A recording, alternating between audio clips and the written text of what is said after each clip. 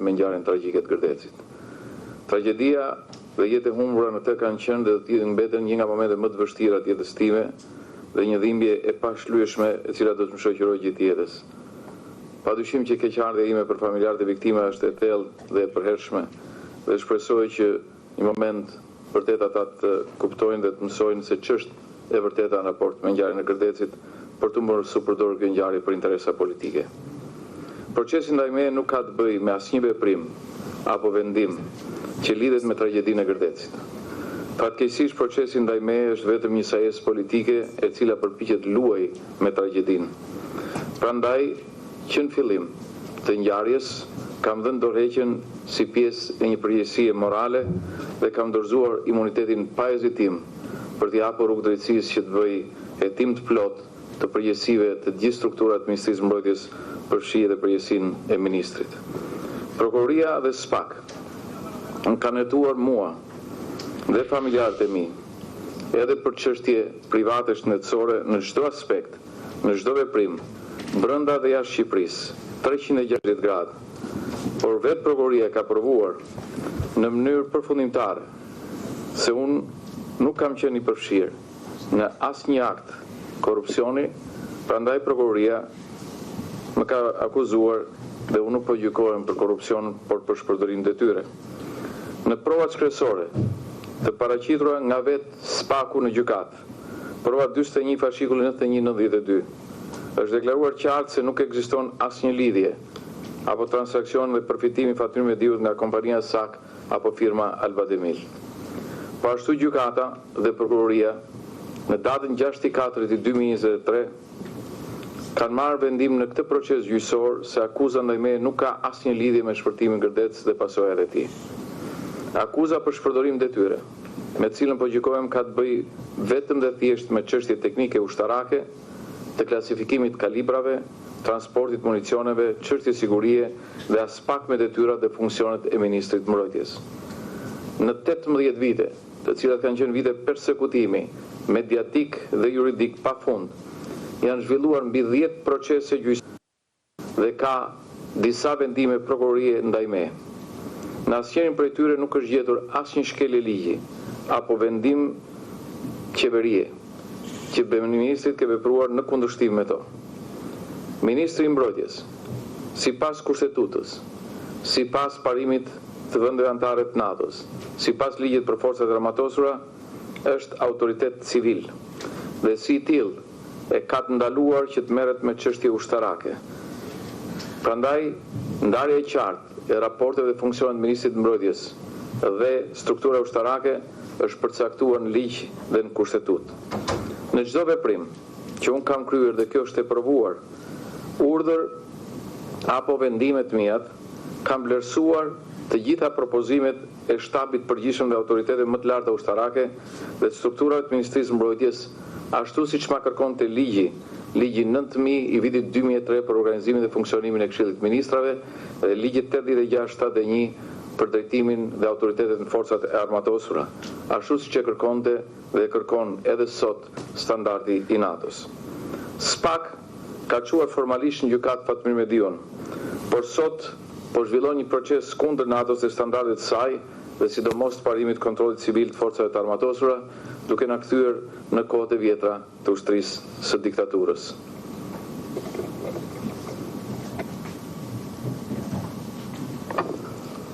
Te këtij momentit karakterit politik dhe vlerësimi të të njëjtës natyrë që i bëri zoti Mediu rastit, shkak i mëvetshëm për këtë takim ju është bërë një qëndrim i fundit gjyqësor i gjykatës së posaçme. Dihet publikisht, paktën është verbalizuar prej zotit Mediu dhe nesh si mbrojtje në proces dhe me njërë pas ti sa herë që janë realizuar takime me median, një sër shkeljesh të karakterit procedurale dhe ligjor të realizuara që në ngjizje të këtij procesi në vijimësi më tej pasaj nga gjyqësori i posaçëm, për ne shkeljet të evidentuara qartë e të provuara si të tilla me akt. Por kjo më e fundit, si thua, i vë ka pak një, si thua, verbërie të plot të sjelljes gjyqësore të gjykatës posaçme, veçanërisht gjyqtarës që gjykoi kërkimin tonë më të fundit për dorëheqjen e gjyqtarës që gjykon rastin. Mbi gjyqtaren ne kemi qenë të kujdesshëm ndryshe ndoshta nga faktorë të tjerë dhe subjektet procedura e gjykuara prej saj në vlerësime personale, por në aspektin profesional dhe ligjor kemi çmuar që të kontestojmë të qenujt e saj gjyqtare mbi 2-3 momente që ne janë dukur sa logjike po aq edhe të lishme. Kështu tek është evidentuar qartazi nga deklarimet e ish drejtuesit prokurisë posaçme në kuvend dhe më tej pastaj në ato publike mbi qenien e gjyqtares në hetim nga prokuria e posaçme, për ne nuk është dukur e drejtë që një gjyqtare që është nën hetimin penal të prokurisë posaçme të gjykojë çështje me këtë prokuri pal. Për këtë kemi kërkuar përjashtësimin e saj në fillesë të gjës, sapo të paktën kemi mësuar informacione. Nuk është realizuar përjashtimi i gjyqtares nga gjyqtari që ka vlerësuar kërkimin tonë atëherë.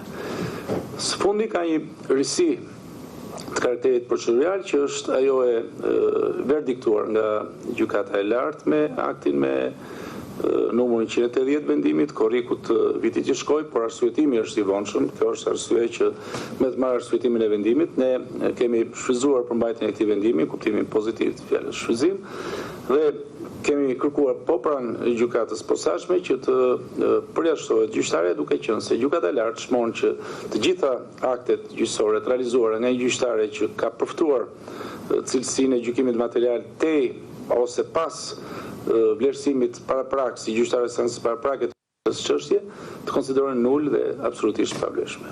Mbi këtë pavlefshmëri absolute të akteve të gjykatës, pavlefshmëri e cila në bazë të ligjit ngrihet në çdo moment, çdo kohë, ne kërkuam që gjykata e posaçme të shmojë edhe një herë kushtet e qenies gjyqtare të gjyqtares Gjoka që gjykon çështjen tonë.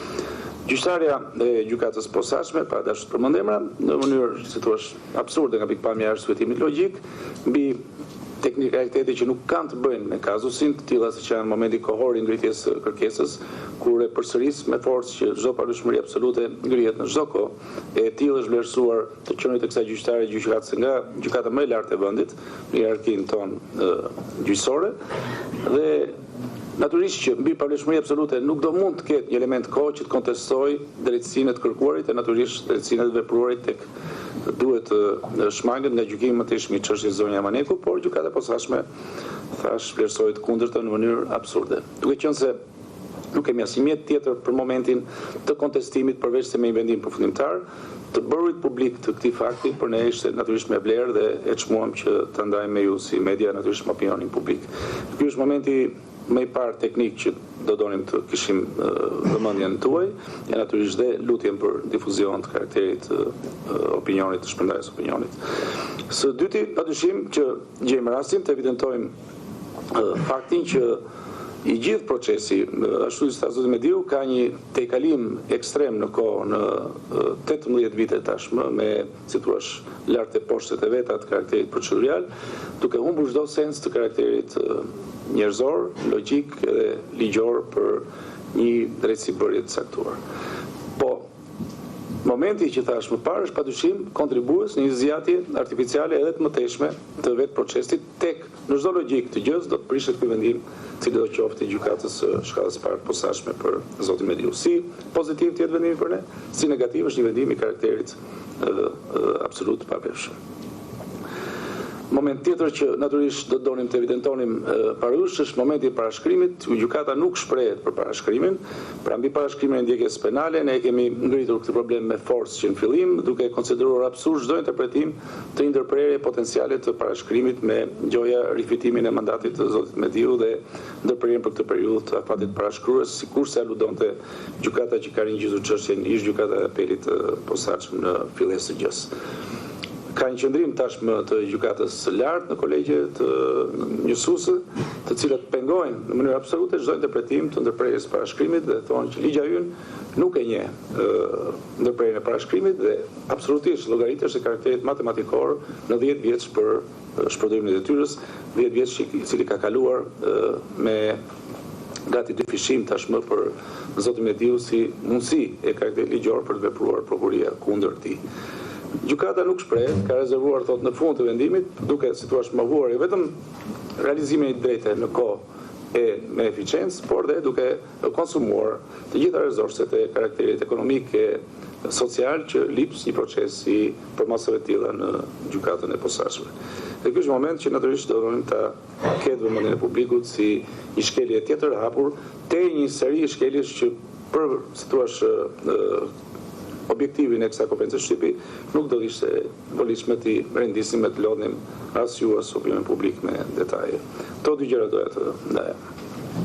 Në qoftë se mund të shtoj diçka, do të thonë atë që ta avokati duhet t'ju bëjmë dije që vetë gjyqtari Irena Gjoka, pasi ne kemi kërkuar largimin e saj nga procesi gjyqësor për shkak sepse ka qenë gjyqtare seancë paraprake dhe pastaj është kthyer në gjyqtare themeli që vjen në kundërshtim me kodin e procedurës penale, por vjen në kundërshtim edhe me vendimin e gjykatës, cilën unë do t'ja citoj pak më poshtë pikën përkatëse, ka kërkuar dorëheqje.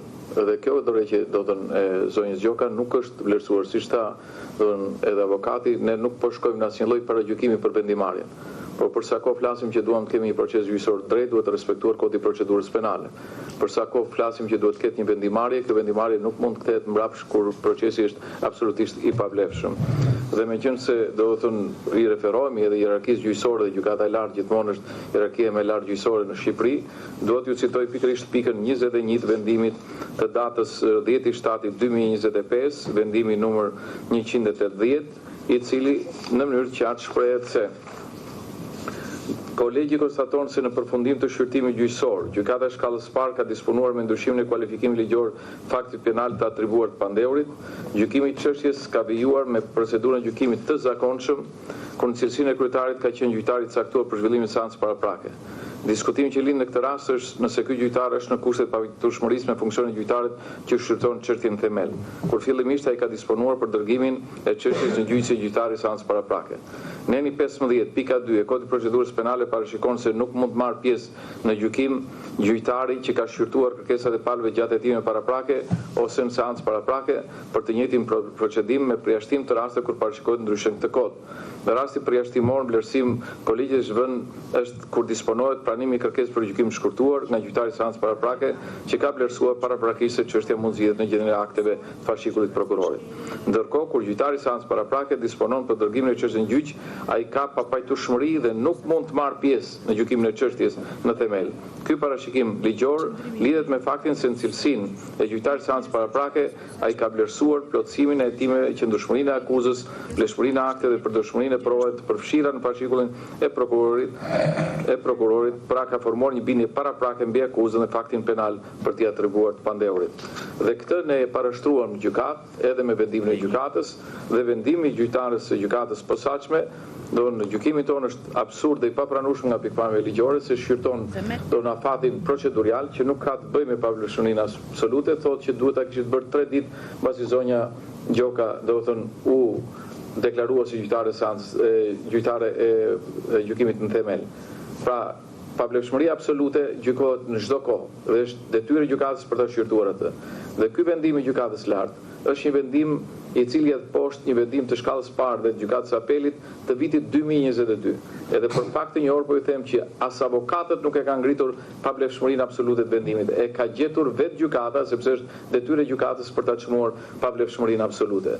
Dhe prandaj themi që këto vendime janë vendime tërësisht të papranueshme, të cilat e bëjnë këtë proces të pavlefshëm nga pikpamja absolute, por padyshim edhe të ndikuar në mënyrë krejt palishme si nga fillimi i procedimit dhe në mënyrën e vazhdimit të procedimit.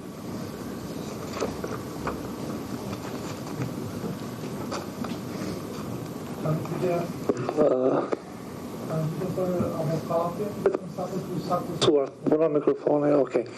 Pa, që vepra penale për cilën është duke u gjykuar zoti Mediu është parashkruar dhe gjykata ka rezervuar të drejtën për të përgjigjur kësaj në fund të procesit, kjo ishte thelbi për të sqaruar? Po, ne kemi ngritur çështjen e parashkrimit që në krye të herës, tek është ngjizur çështja e flas për rifillimin e këtij kazusi nga gjykata e apelit. është pretenduar një ndërprerje parashkrimit si koncept i karakterit juridik. Nuk ekziston i tillë koncept i shkruar në ligj. Pra ne nuk e kemi të lejuar, të mundësuar me ligj ndërprerjen e parashkrimit. Është bërë një kërkesë më pas nga palët në procesin gjykatë lartë për të interpretuar kjo gjykatë mundësinë e ndërprerjes së parashkrimit me vendim të karakterit njësues, quhet sot, unifikues quhet.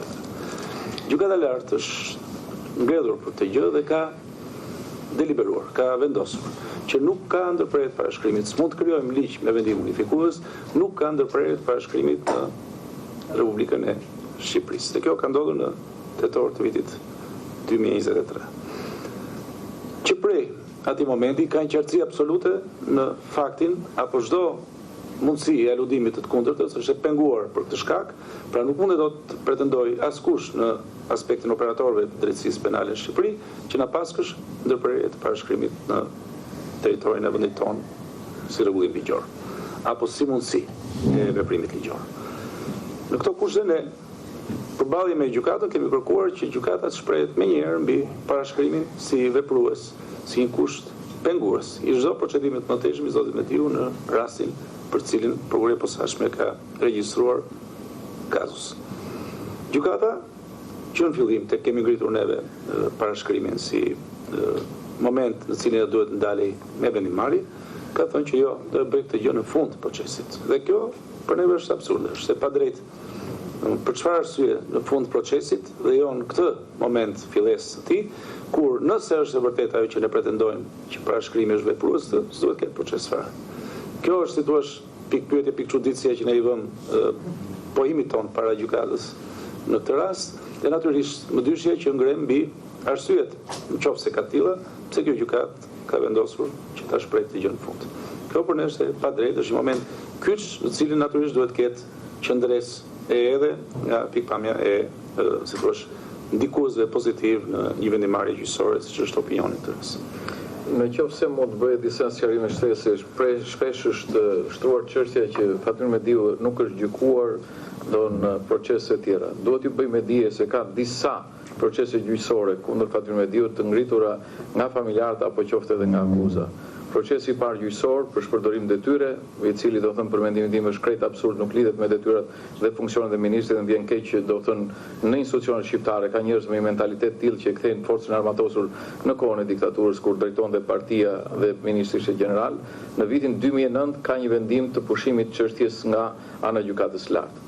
Në vitin 2010-2011 ka pasur 3 procese gjyqësore të zhvilluara në gjykatën e lartë kundër me akuzën për plagosje. Të treja këto procese gjyqësore janë fituar nga ana ime në gjykatën e lartë dhe kanë qenë vendimarrje domthonë absolute. Por ashtu në vitin 2014 familjarët janë adresuar prokurorisë përgjithshme në atë kohë për të hapur procesin gjyqësor.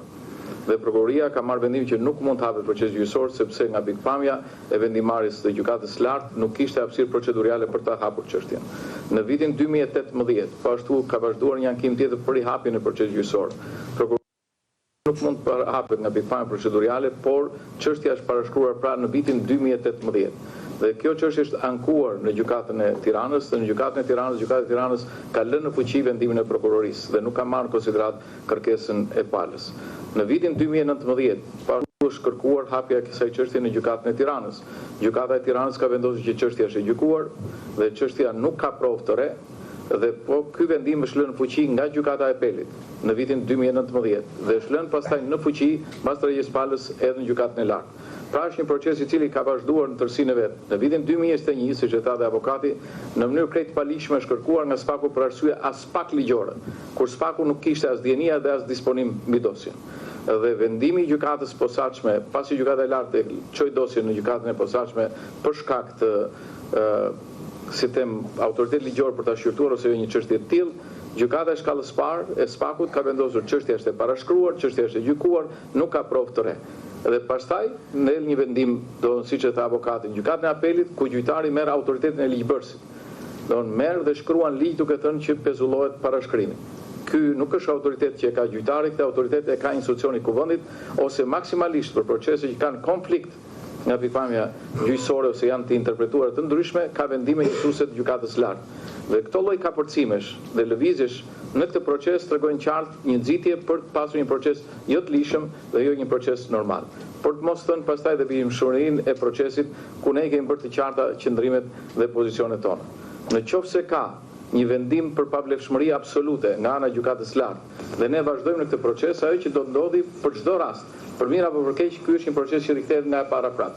Dhe po ta shikoni që koha e parashkrimit që është 10 vjet, është sa gjysma e gjithë këtij procesi që po vazhdon pafund për qëllime të cilat në bindjen time nuk kanë të bëjnë as pak me drejtsinë, por kanë të bëjnë me interesa politike, duke luajtur për këtë qëllim një tragjedi që ka ndodhur në vitin 2008.